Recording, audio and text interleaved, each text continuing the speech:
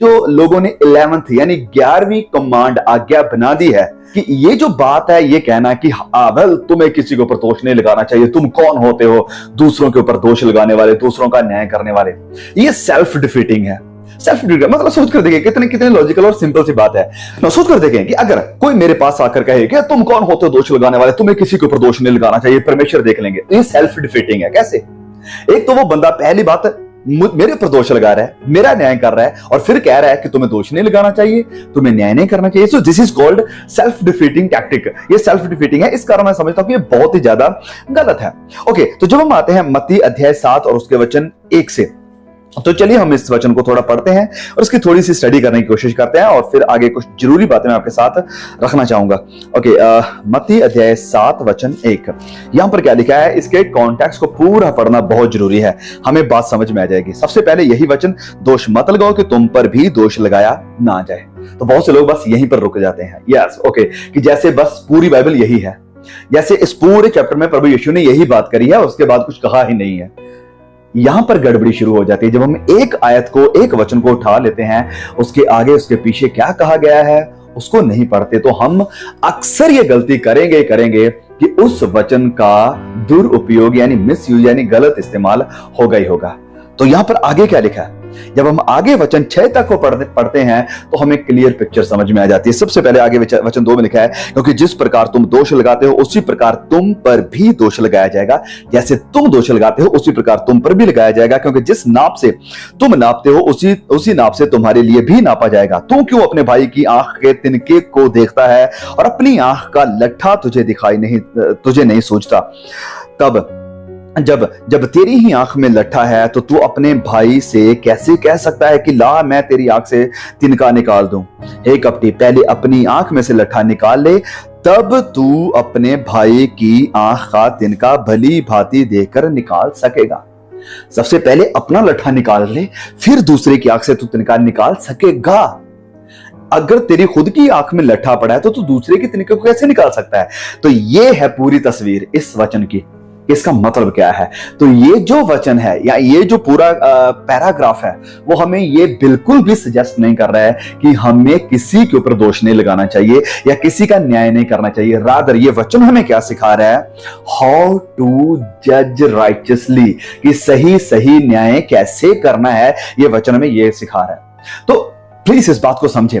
जब हम इस पूरा पैराग्राफ को पढ़े हैं, ये वचन क्या कह रहा है? क्लियरली ये कह रहा है कि न्याय करना कैसे चाहिए, कैसे न्याय होना चाहिए। तो ये वचन कह रहा है कि अगर तेरी खुद की आंख में लट्ठा है तो दूसरे का तिनका कैसे निकाल सकता है? नो, फॉर एग्जांपल, इसकी मैं सिंपल से एग्जांपल आपको बताता हूं। अगर मैं यहां पर खड़े होकर आपको कहूं कि हे कम ऑन, मुझे इतने पैसों की जरूरत है, मुझे ये लेना है, मुझे वो लेना है, सो प्लीज मैं अपना QR कोड आपको दे रहा हूं, इस पर जाकर आप जितने भी भाई बहन है अपना दशमांश दे दीजिए, अपना ज्यादा से ज्यादा बड़े से बड़ा नोट निकालकर ज्यादा से ज्यादा जितना भी कर सकते हैं आप करिए, परमेश्वर आपको 100 गुना 1000 गुना वापिस दे देगा, आपके लिए सारे आशीषों के दरवाजे खुल जाएंगे। मैं खुद ये चीजें कह रहा हूं, और फिर जो सेम चीज कह रहे हैं, ऐसी ही बातें कोई और भाई भी कह रहा है, मैं उसे कहूं कि ए कम ऑन, वो गलत कर रहा है, उसे ऐसा नहीं कहना चाहिए, उसे ऐसी चीजों को बोलना नहीं चाहिए, उसे पैसा मांगना नहीं चाहिए, आप सेवकाई कर रहे हो, आप भीख नहीं मांग रहे हो, ऐसा वैसा करके हमें नहीं करना चाहिए। तो ये क्या है? सेल्फ डिफीटिंग है। मेरी खुद की आंख में लट्ठा है, मैं खुद भी वही काम कर रहा हूं और दूसरे को कह रहा हूं कि ला तेरा तिनका निकाल दूं, तुझे ये नहीं करना चाहिए। मैं प्रोस्पेरिटी गॉस्पेल का यहां पर प्रचार कर रहा हूं कि तुम्हारे मुंह में चमत्कार है, बीमारी परमेश्वर की तरफ से हो ही नहीं सकती, बीमारी तो हमेशा शैतान की तरफ से है, परमेश्वर किसी को बीमार नहीं करते। मैं खुद ही इन चीजों का प्रचार कर रहा हूं, और फिर एक और दूसरा प्रचारक उठ खड़ा होता है और वो ये सारी बातें कहना शुरू कर देता है। मैं कहता हूं कि नहीं, वो गलत प्रचार कर रहा है, उसे मत सुनो, ए कम ऑन, उसको वो गलत चीजों को लोगों के सामने रख रहा है, उसे नहीं सुनना चाहिए। कोई आकर मुझे कहेगा कि भाई एक मिनट, आप भी तो वही प्रचार कर रहे हो कि आपके मुंह में चमत्कार है, आप कभी बीमार नहीं होंगे, बीमारी परमेश्वर की तरफ से नहीं है, और अगर यही चीजें दूसरा बंदा कह रहा हो तो आप कैसे कह सकते हो कि वो गलत कर रहा है? आप भी तो वही कर रहे हो।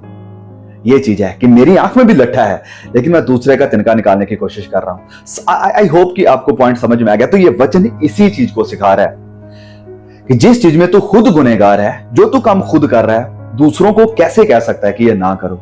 सही सही न्याय करने के लिए ये वचन में कहता है। और जब आप अध्याय 7 को आगे पढ़ते जाएंगे तो आपको क्लियरली समझ में आ जाएगा कि जो बातें प्रभु यीशु मसीह कह रहे हैं इसी चैप्टर में, अध्याय 7 में, वो आप फॉलो नहीं कर सकते हैं जब तक कि आप चीजों को परखेंगे नहीं, जब तक कि आप न्याय नहीं करोगे। जैसे फॉर एग्जांपल जब हम आगे पढ़ते हैं वचन 15 में, तो वहां पर प्रभु यीशु मसीह कहते हैं कि झूठे शिक्षाओं से सावधान रहो जो भेड़ों के भेष में तुम्हारे पास आते हैं। भेष उनका भेड़ों का है, लेकिन है वो अंदर से फाड़ने वाले भेड़िए। तो प्रभु यीशु कह रहे हैं कि उनसे सावधान रहो। आप सावधान कैसे रहोगे? दिखाई तो वो भेड़ों के जैसे दे रहे हैं, लेकिन फाड़ने वाले भेड़िए। तो आपको कैसे पता चलेगा कि ये भेड़ है या भेड़िए हैं? आपको उन्हें परखना पड़ेगा, आपको जांचना पड़ेगा, आपको जज करना पड़ेगा, आपको न्याय करना पड़ेगा, देखना पड़ेगा उनके फलों से कि उनके फल क्या है। क्योंकि वो बात प्रभु यीशु से आगे कह रहे हैं कि उनके फलों से तुम उन्हें जान लोगे। फलों को कैसे जानेंगे, कैसे जांचेंगे हम, कैसे पहचानेंगे हम? जब तक कि हम उनका न्याय नहीं करेंगे, जब तक कि हम उन्हें परखेंगे नहीं। तो परखना जरूरी है। अध्याय 7 का आगे जो हम पढ़ते जाते हैं कॉन्टेक्स्ट यही है कि हमें परखना पड़ेगा। परखने के बिना हमारी जिंदगी का एक भी दिन नहीं गुजर सकता है। दिन प्रतिदिन हमें जज करना पड़ता है, हमें परखना पड़ता है हर चीज को, हर बात को।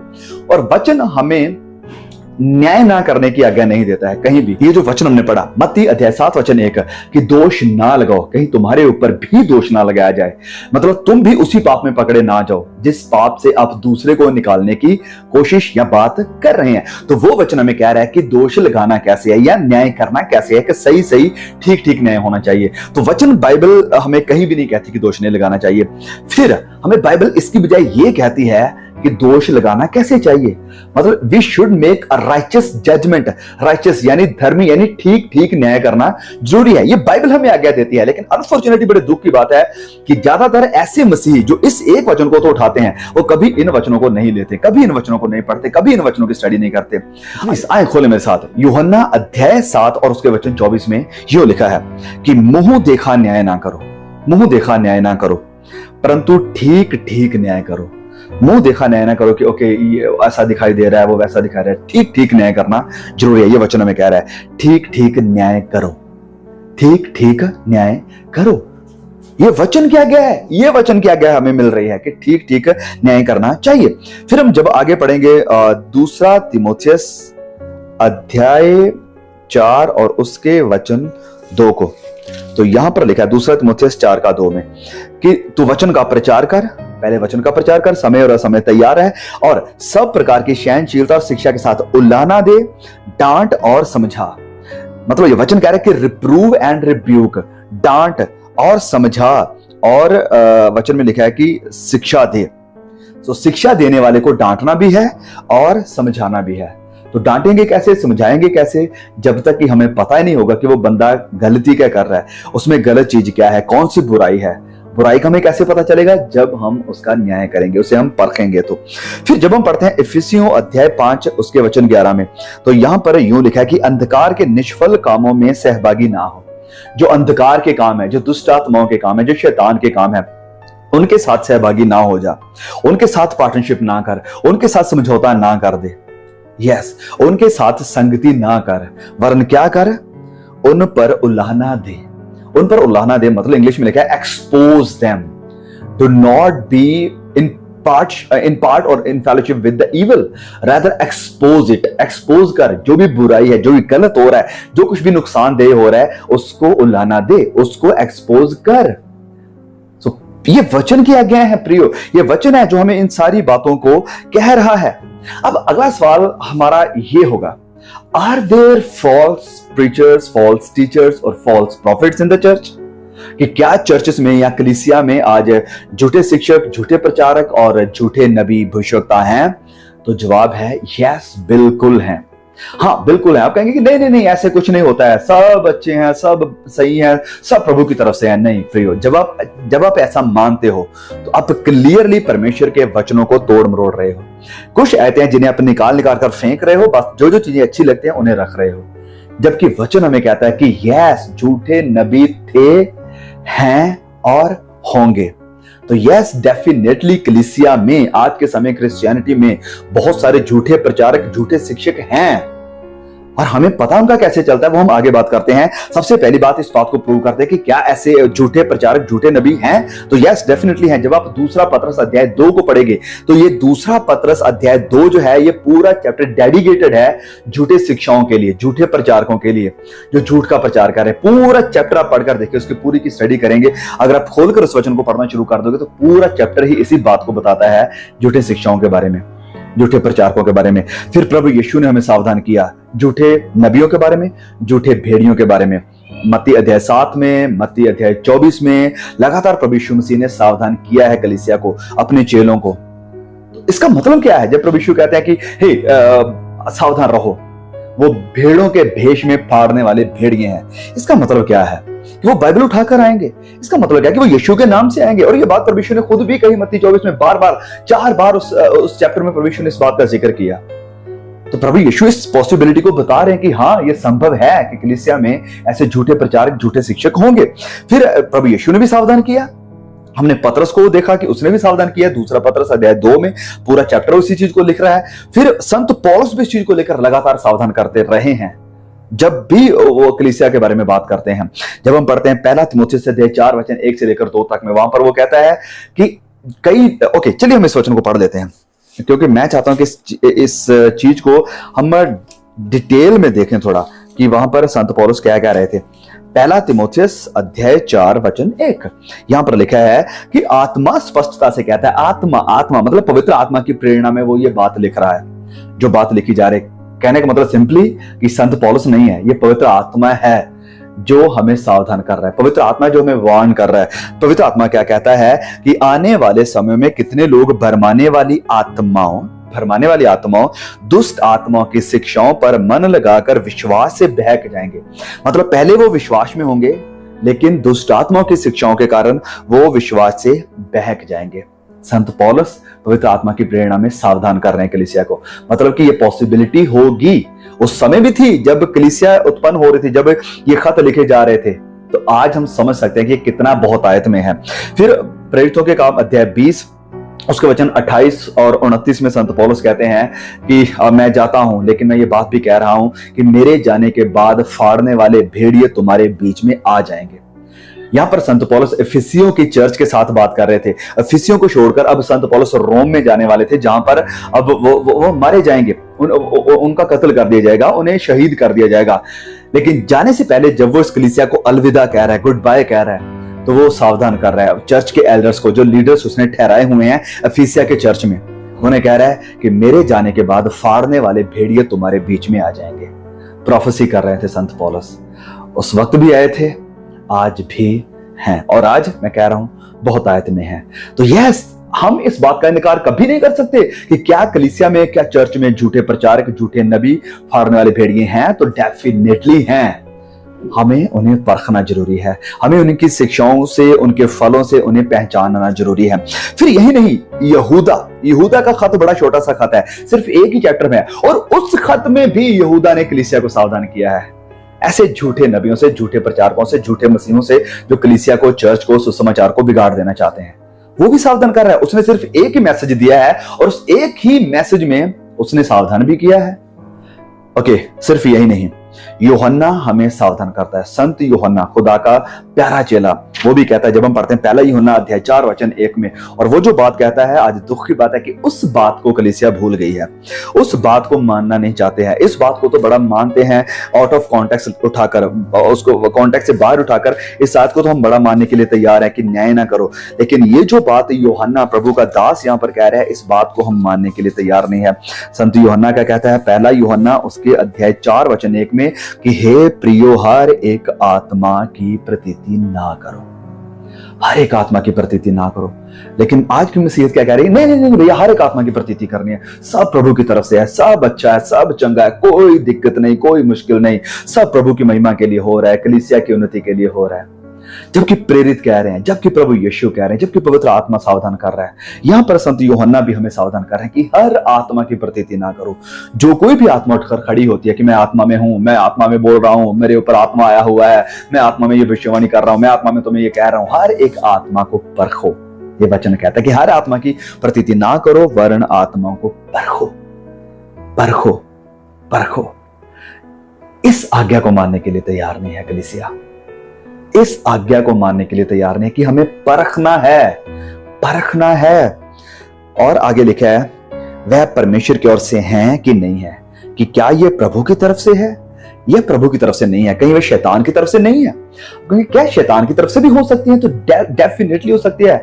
दूसरा कुरिन्थियों 11 को पढ़कर देखिए, दूसरा कुरिन्थियों पूरा पढ़कर देखिए, वहां पर संत पौलुस सावधान कर रहे थे कुरिन्थियों की चर्च को कि शैतान खुद भी जोते में दूत का रूप धारण करता है, और वो कहता है कि अगर उसके सेवक भी प्रेरितों का सा रूप धारण करे तो ये कोई अचंभे की बात नहीं। उसके सेवक जो उसके द्वारा भेजे हुए एजेंट्स हैं, अगर वो भी प्रेरितों का, अपोस्टल्स का, भविष्यवक्ताओं का रूप धारण करे तो संत पौलुस वहां पर कह रहे हैं कि ये कोई अनोखी बात नहीं है, कोई अचंभे की हैरानी वाली बात नहीं है, ये कर सकता है, वो करेगा, वो ये संत पौलुस बता रहे थे। लेकिन आज चर्च मानने के लिए तैयार नहीं है। मुझे ये बात का दुख लगता है। संत पौलुस भी इस बात को सावधान कर रहे हैं कि ऐसा हो सकता है, ऐसा होगा, प्रभु यीशु ने भी किया। फिर यहां पर प्रभु के दास संत यूहन्ना भी कह रहे हैं कि वो परमेश्वर की तरफ से है या नहीं, क्योंकि बहुत से, थोड़े नहीं कि 1 2 4 कोई गिने चुने इधर उधर कुछ होंगे जो अफ्रीका में है, इंडिया में तो नहीं है। नहीं, प्रभु का वचन कह रहा है, प्रभु का दास कह रहा है कि बहुत से झूठे भविष्यवक्ता जगत में निकल खड़े हुए हैं, बहुत से झूठे भविष्यवक्ता निकल खड़े हुए हैं। ये बात है आज से 2000 साल पहले की, 2000 साल पहले की, जब प्रेरित जिंदा थे। तो सोच सकते हैं कि आज साल 2000 के बाद इतनी झूठी शिक्षाएं आ चुकी हैं, तो ये कितना और ज्यादा उठ खड़े हुए होंगे, झूठे भविष्यवक्ता कितनी तादाद में बढ़ चुके होंगे, हम इसकी कल्पना कर सकते हैं। ये वचन कह रहा है कि हर आत्मा की प्रतीति ना करो वरना आत्मा को परखो। और मैं आपको बताऊं, एक चर्च, जब हम प्रकाशित वाक्य अध्याय 2 में पढ़ते हैं, एक चर्च है, पहला चर्च जिससे प्रभु एड्रेस कर रहे हैं, उस चर्च को खत लिखते हुए, उस चर्च से बात करते हुए प्रभु यीशु ने उन्हें अप्रिशिएट किया इस बात के लिए। किस बात के लिए? कि तुम झूठे भविष्यवक्ताओं को परखते हो। प्रभु यीशु अप्रिशिएट कर रहे हैं कलीसिया को कि तुम परख रहे हो, शाबाश, वेल डन, वेरी गुड, तुम अच्छा काम कर रहे हो। ओके, चलिए, आपको यकीन नहीं है तो प्लीज खोलें मेरे साथ प्रकाशित वाक्य 2 और उसके वचन 1 से। जब आप पढ़ेंगे तो एफिसियों के चर्च को यहाँ पर ये खत पहुंच रहा है और प्रभु यीशु ये मैसेज दे रहे हैं इस कलीसिया को।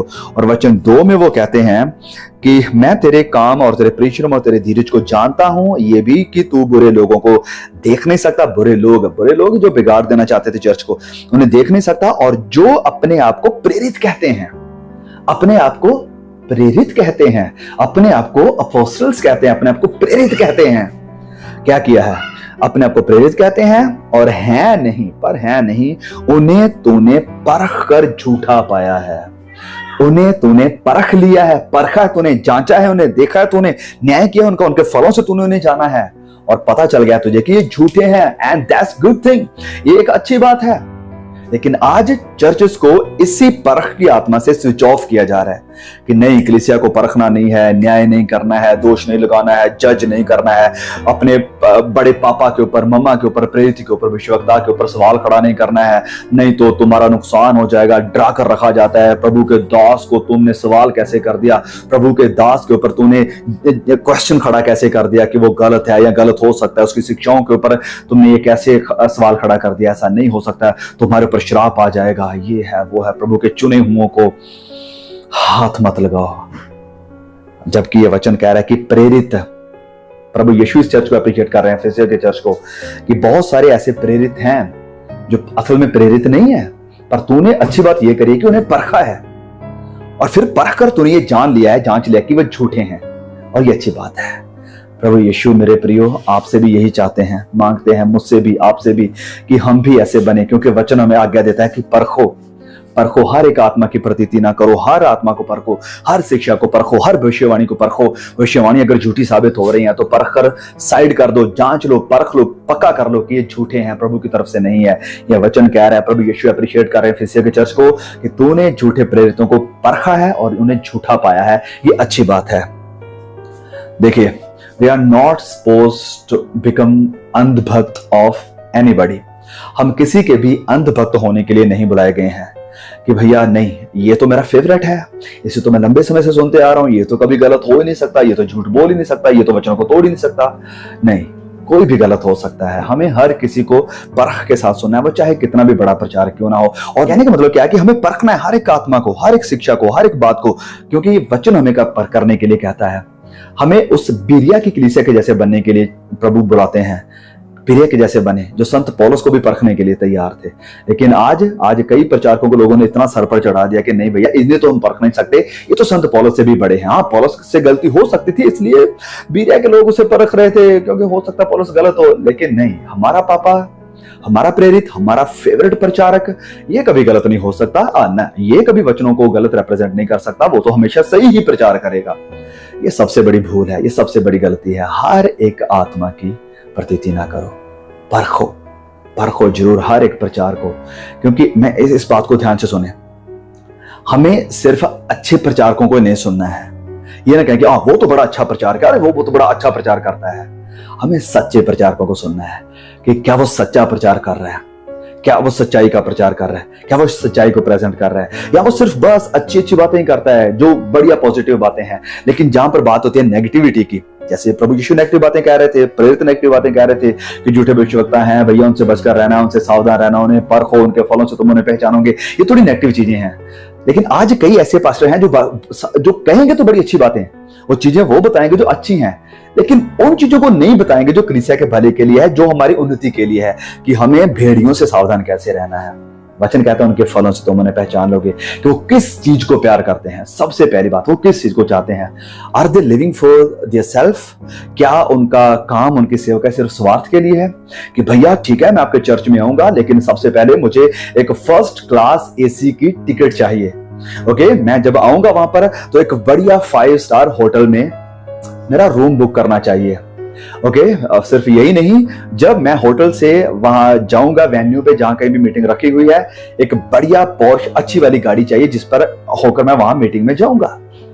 ऐसी डिमांड्स करने वाले के फलों से आप जान सकते हो कि वो प्रभु के दास नहीं है, वो खुदा के चुने हुए नहीं है। उनके फलों से तुम उन्हें पहचानोगे। फिर क्या वो पैसे से प्यार करते हैं? क्या उनकी सेवकाई पैसे के इर्द गिर्द घूमती है कि हमारी कलीसियाओं को इतना दे दो? ओके, मैं आपके लिए भविष्यवाणी कर रहा हूं, और जिनके लिए मैं भविष्यवाणी कर रहा हूं, आप सब लोग मुझे 1,000 रुपया हमारे अकाउंट में, हमारे QR कोड पर सेंड कर दो। क्या वो पैसे के लोभी हैं?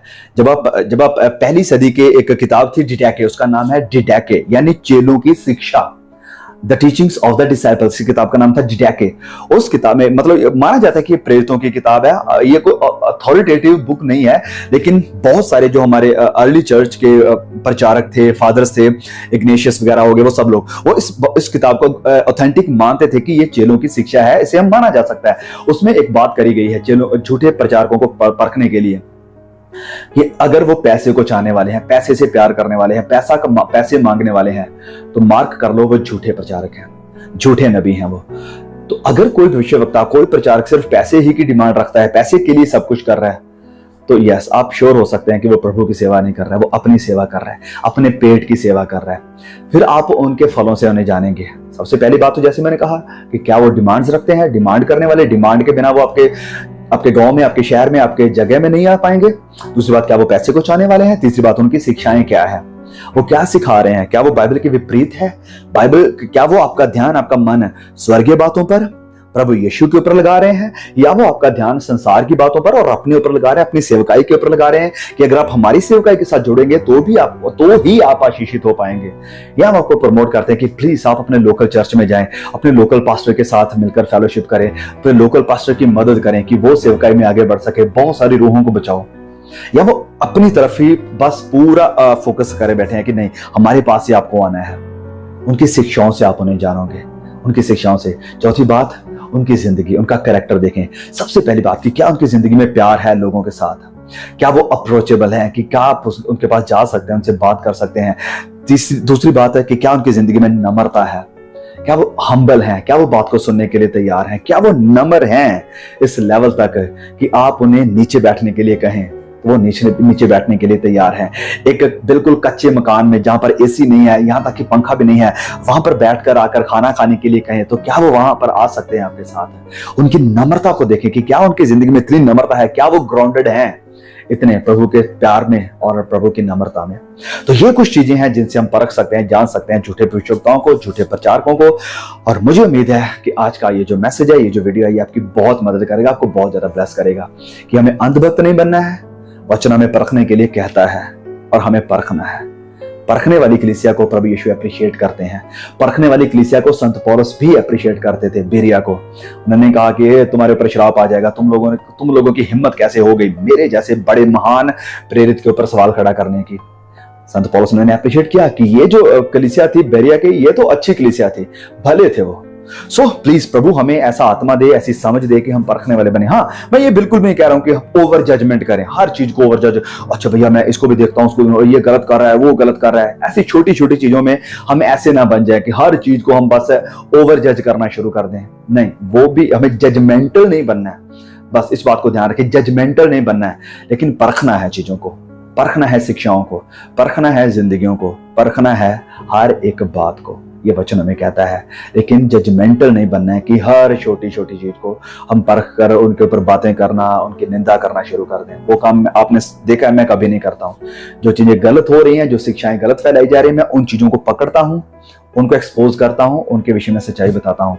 लेकिन छोटी छोटी चीजों को पकड़कर आपके सामने मैं कभी नहीं आता हूँ कि भैया उसने ऐसे कैसे बोल दिया, उसके मुंह से ये निकल गया, कैसे निकल गया। नहीं, ओवर जजमेंटल होना गलत चीज है, वो हम कभी ना बने। परमेश्वर से प्रार्थना करें कि वो आपको परख का आत्मा दे, डिसर्नमेंट का आत्मा दे, जो कि आज के समय में बहुत ज्यादा जरूरी है, क्योंकि बहुत सारे झूठे भविष्यवक्ता संत यूहन्ना के समय में निकल आए थे और आज ज्यादा से ज्यादा, मतलब बहुत बहुत ज्यादा उठ खड़े हुए हैं। सो परमेश्वर इस वीडियो के थ्रू आपको बहुत ब्लेस करे कि प्रभु आपको एक परखने वाली, हम कहें कि डिसर्नमेंट की आत्मा दे, ताकि आप बच सकें हर भेड़िए से जो विश्वास से लोगों को बहका देना चाहते हैं। God bless you all.